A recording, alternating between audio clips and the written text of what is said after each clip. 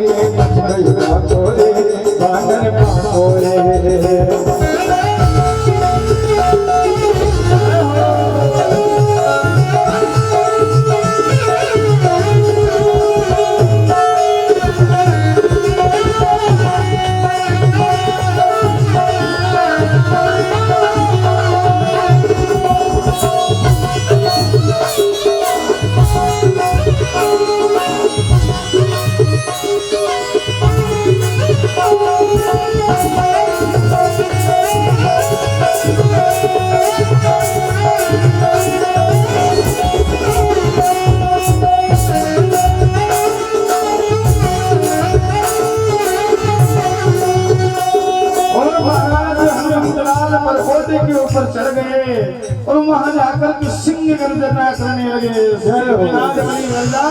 सबसे बड़ी लाज आकाश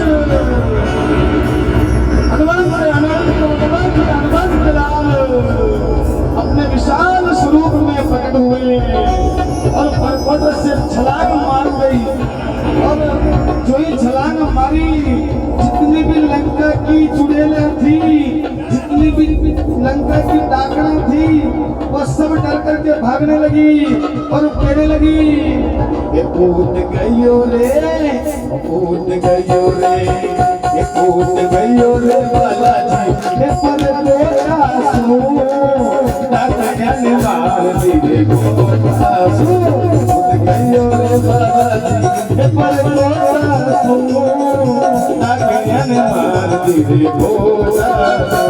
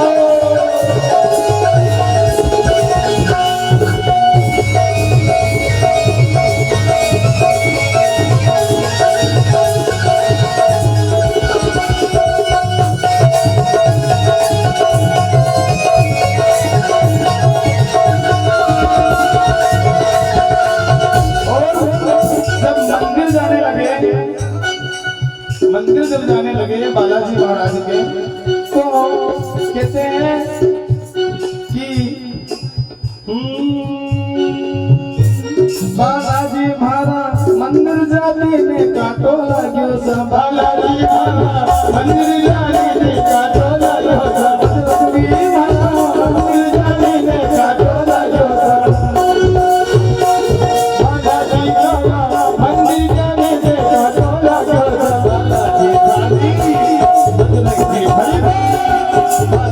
थारी नाची बड़ाई से, बालाजी थारी नाची बड़ाई।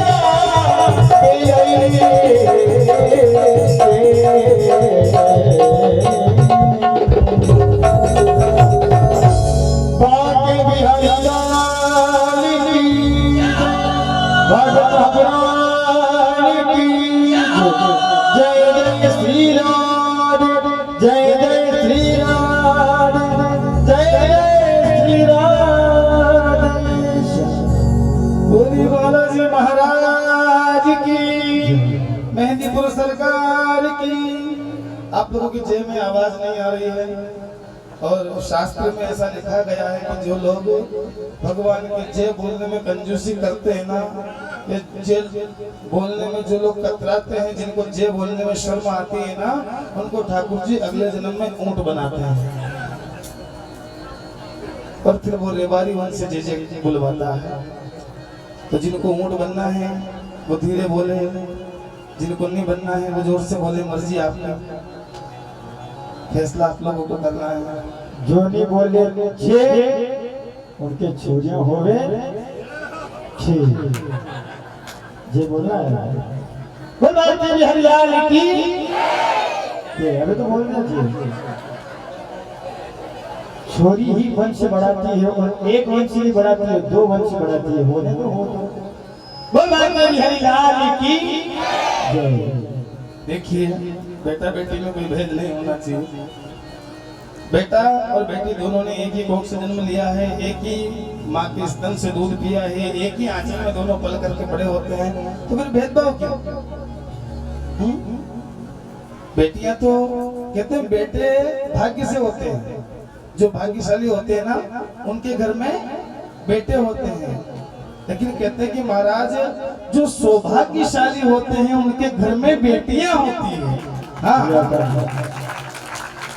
एक भाग्य उदय हो तो बेटे का जन्म होता है, लेकिन जब सौभाग्य उदय हो तब जाकर के किसी घर में बेटी का आगमन होता है, लक्ष्मी का आगमन होता है। इसलिए बेटी को बोझ नहीं है महाराज, बेटी तो हमारे कुल को तारने के लिए आई है, हमसे दान करवाने के लिए आई है।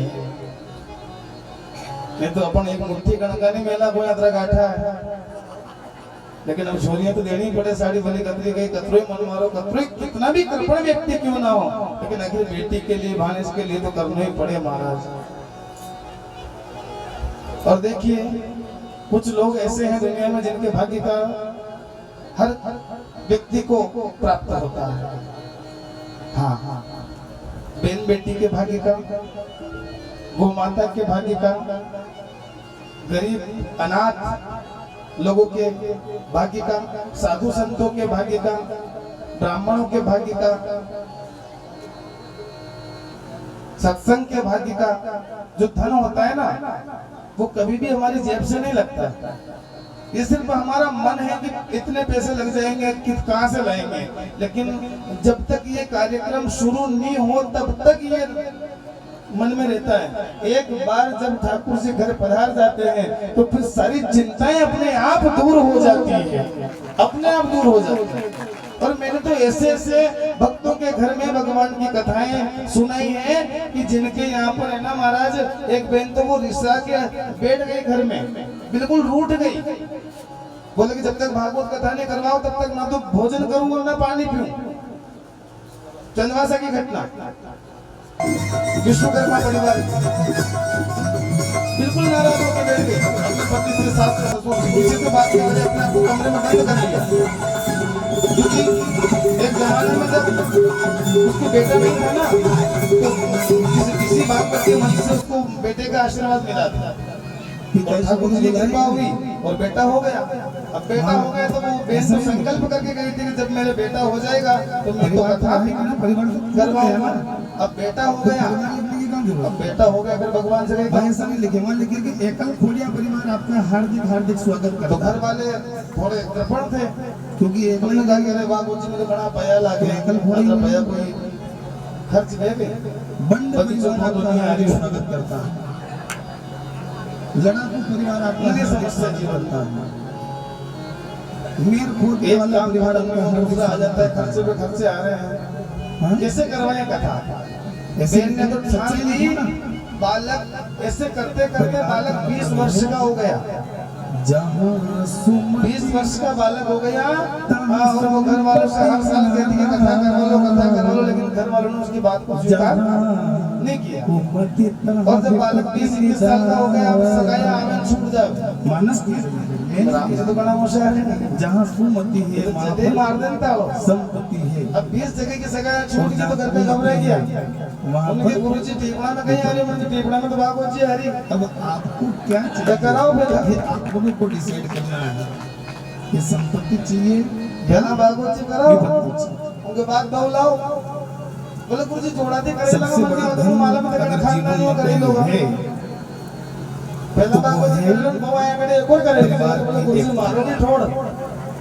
परिवार की एकता इतनी मजबूत हो, बाहर चाहे घर में चाहे 100 बार लड़े, मैं मानता हूँ कि घर में 5 बर्तन रहते हैं तो बसते हैं, ये बात मैं स्वीकार करता हूँ, लेकिन इसका मतलब ये तो नहीं कि ये बर्तन फिर बेड़ा नहीं हो। तो ठाकुर जी की कृपा है, अगर बारात कटोरी आपस में टकरा जाए, ये जब जहाँ जिसके घर जाना चाहिए ना उसी के घर जाते हैं। पहले हम लाख कोशिश कर लें, जब भोजन करवाते रह जाएं लेकिन अगर हमारे भाग्य में महाराज परमात्मा का आगमन अगर हमारे घर में नहीं लिखा है, सोने चांदी के बर्तनों में भोजन करवाते थे, लेकिन नहीं करवाते। राजा महाराजा के जमाने में सोने चांदी के बर्तनों में भोजन होता था, तो लोग बहुत इज्जत करते थे। भोजन करवाने के बाद उस बर्तन को बहुत साफ करके अच्छे से और संभाल कर रखते थे। हमारे साथ उसके बाद सोना चांदी का तो गया जमाना और भागवत जी फिर का आ गया महती कृपा, और जो करवा रहा है उसके तो पितरों का उद्धार हो ही रहा है, लेकिन जो लोग सुनने के लिए आ रहे हैं उनके पितरों का भी उद्धार हो गया है। हाँ, ये मत समझना, आप लोग जो सुन रहे हैं ना, आपके पितरों को भी मुक्ति मिल रही है, क्योंकि पितृ पक्ष में भागवत सुनना दुर्लभ है। और ये तो ग्रंथ ऐसा है कि देवताओं को दुर्लभ है। हाँ, स्वर्ग में भागवत जी की कथा नहीं होती है, वैकुंठ में भागवत जी की कथा नहीं होती है, ये भागवत जी में लिखा हुआ है। स्वर्गीय सत्य च कैलास वैकुंठे नास्तयम रस, ये रस ना तो स्वर्ग में है, ना वैकुंठ में है, ना सत्यलोक में है, ना कैलाश में है। तो फिर कहा है, बोले ये रस, ये गंगा तो मात्र सिर्फ और सिर्फ इस पृथ्वी लोक के ऊपर ही बह रही है। एक बार सुखदेव स्वामी जब राजा परीक्षित को कथा सुनाने लगे ना, तो देवता लोग स्वर्ग से अमृत का घड़ा लेकर के आए और सुखदेव स्वामी से कहने लगे, गुरुजी ये अमृत राजा परीक्षित को पिला दीजिए और ये कथा रूपी अमृत हमें पिला दीजिए। एवं विनिमये जाता सुधा राज्ञा प्रपीयताम प्रपास्यामो वयम सर्वे श्रीमद् भागवतामृतम। सुखदेव स्वामी के सामने जब ये प्रपोजल रखा, जब ये बात रखी, तो सुखदेव स्वामी हंसने लगे, क्योंकि ब्रह्मर्षि थे ना, साक्षात भगवत स्वरूप थे, राधा रानी की गोद में खेले हैं। तो सुखदेव स्वामी को कोई धोखा दे दे, सुखदेव स्वामी को कोई प्रलोभन दे दे, इतने विरक्त शिरोमणि संत को, सुखदेव जी को, जिनके जीवन में न तो काम है, न क्रोध है, न लोभ है, न मोह है, न अहंकार है, न तृष्णा है। हाँ, जन्म लेते से ही जिसने संन्यास ग्रहण कर लिया, यम प्रजंत मनुपे तमपेत कृत्यम द्वैपायनो विरह कातराजुहा पुत्रेति तन्मयतया सर्वोभिनेदुस् तम सर्वभूत हृदयम् मुनिमान दोष। जन्म लेते ही पहले जो सन्यास की ओर चले गए, वेदव्यास जी महाराज पुकारने लगे, पुत्र रुको रुको रुको रुको, पुत्रेति तन्मयतया सर्वोभिनेदुस्। पलट करके नहीं आए, वृक्षों ने जवाब दिया, बोले वेदव्यास जी किसके पीछे जा रहे हो, कौन किसका बेटा है और कौन किसका पिता है। यही सुखदेव कई बार आपके पिता बन चुके हैं और इन्हीं सुखदेव जी के कई जन्मों में आप इनके पिता बन चुके हैं। ये तो एक शरीर का संबंध है, पर ये तो स्वयं आत्मा स्वरूप परमात्मा सुखदेव ब्रह्म ऋषि है, ये रुकने वाले नहीं है। वेदव्यास जी लौट करके आ गया। और महाराज उसके बाद में कई वर्षों तक वन में सुखदेव स्वामी ने तप किया। उसके बाद में कहते हैं कि बड़ा अद्भुत वर्णन श्रीमद् भागवत में इसका आया है। और राजा परीक्षित को जब सुखदेव स्वामी भागवत की कथा सुनाने लगे, तो वैकुंठ से देवता स्वर्ग से जो है अमृत का कलश लेकर के आए। और कहाँ आए, कौन सी जगह पे आए, सुखताल क्षेत्र, जहाँ पर 9 दिसंबर से श्रीमद् भागवत ज्ञान गंगा का दिव्य समागम आप सभी भक्तों के सहयोग से होने जा रहा है। वहां पर आए, एक बट वृक्ष के नीचे सुखदेव स्वामी का व्यास मंच बना है, सामने राजा परीक्षित जी महाराज विराजमान हैं, और देवताओं ने ला करके वो अमृत का कलश जो था ना, वो उस बट वृक्ष की कोटर में रख दिया। जब रखने लगे ना, तो कहते हैं कि श्रीमद् भागवत महापुराण में लिखा होगा कि उसमें से एक बूंद अमृत की उस वट वृक्ष के ऊपर गिर गई और वो वट वृक्ष अमर हो गया। 5000 वर्ष हो गए, लेकिन आज भी ऐसा का ऐसा ही है। अभी मैं दर्शन करके आया, बिल्कुल दिन पे दिन बढ़ रहा है, लेकिन घट नहीं रहा है।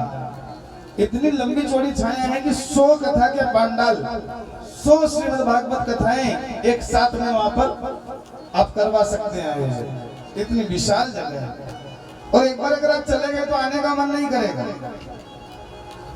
हाँ, गंगा द्वार समीपे तू तटम आनंद नामकम, गंगा मैया का किनारा और इधर सुखदेव स्वामी का आश्रम, इधर राजा परीक्षित विराजमान और सुखदेव स्वामी राजा परीक्षित को वही दृश्य जो यहाँ पर भागवत में जैसा हम लोगों ने सुना बिल्कुल बिना काट छाट के वैसा का वैसे, और कोई लूट कसोट नहीं है, कोई लूट कसोट नहीं, बिल्कुल वाजिब दाम में वो कथा का वहां पर करवाते हैं। बल्ला की बात नहीं बने कि 5 लाख दे देना या 10 लाख दे देना या 50 लाख दे देना, नहीं, 1-1.5 लाख रुपए में आप कथा कर लीजिए गुरु जी आराम से। 1.5 लाख रुपए में तो हमारे गांव में कथा नहीं होती, हम सुखताल में कथा का आनंद ले रहे हैं। 1.5 लाख रुपए विचार कीजिए।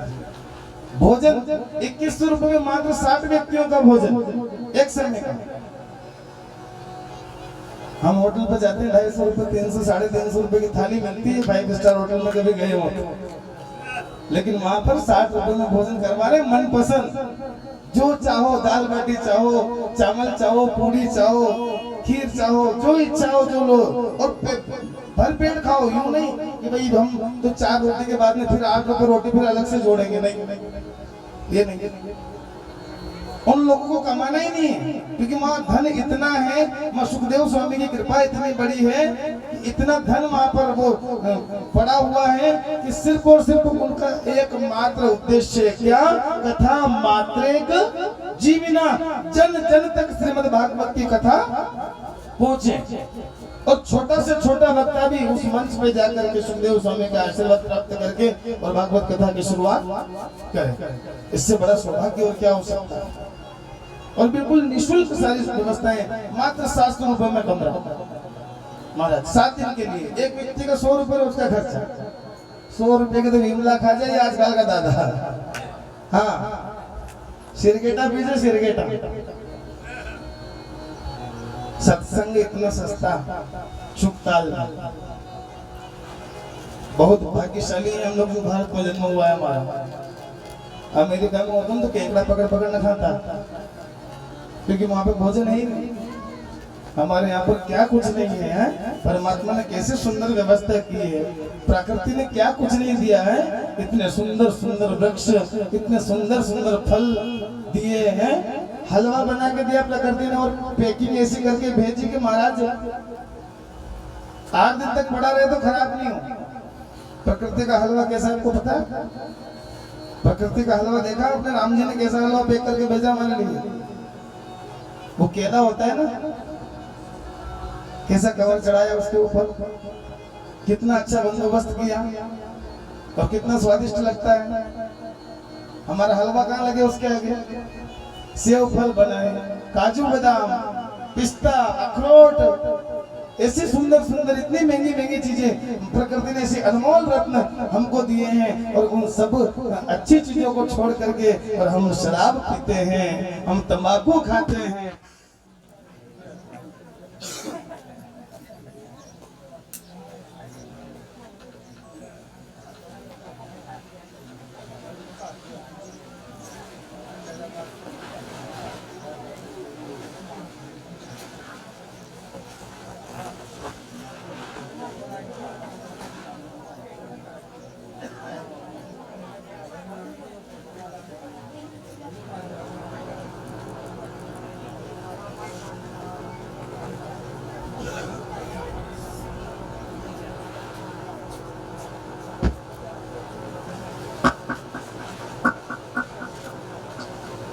श्रीराम बिहारी लाल की। तो महाराज इतनी सुंदर वस्तुओं को छोड़ करके, 1500 रुपए किलो के काजू बादाम छोड़ करके और 15,000 रुपए किलो का गुटखा खा रहे हो, कैसे उद्धार होगा हमारा? स्पष्ट लिखा हुआ है उसके ऊपर, सिगरेट पीने से कैंसर होता है, शराब पीने से कैंसर होता है, फिर भी पी रहे हैं, फिर भी खा रहे हैं। को 2-4 रुपए दिया यार, उससे ले जाओ।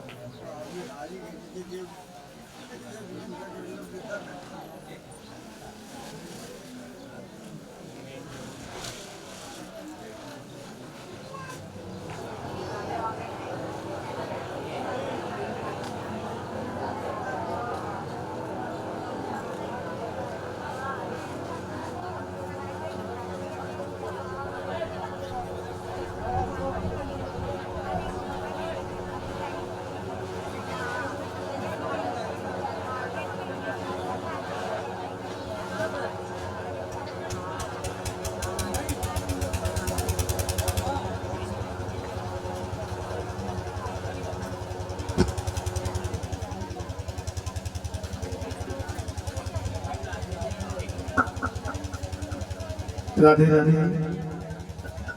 एक बार सभी प्रेम से बोलिए राधे राधे। थोड़ा जोर से बोलो राधे राधे। आवाज नहीं आ रही आप लोगों की, तो जो राधे राधे नहीं बोलेगा उसको बगल में बैठे हुए पड़ोसी की सौगंध है, ठीक है ना? राधे राधे।